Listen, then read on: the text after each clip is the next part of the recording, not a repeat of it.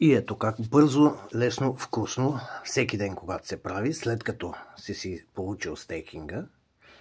Ето, минали са 15 минути от последното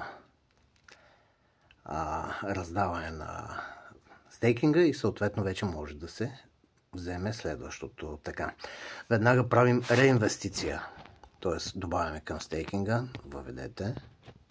Така, максималната сума слагаме. Чудесно. И ето, вече всичко е готово. Това означава, че всеки път, когато го правя, и съблюдавам времето, защото вижте, след добавянето в стейкинг, веднага се нулира брояча. Тоест трябва да бъде след като бързо ви е отчетено.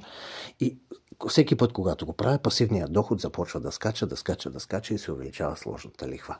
Правете го това и ще печелите повече. Да, информация в коментарите отдолу и в обяснението. Наистина това се струва.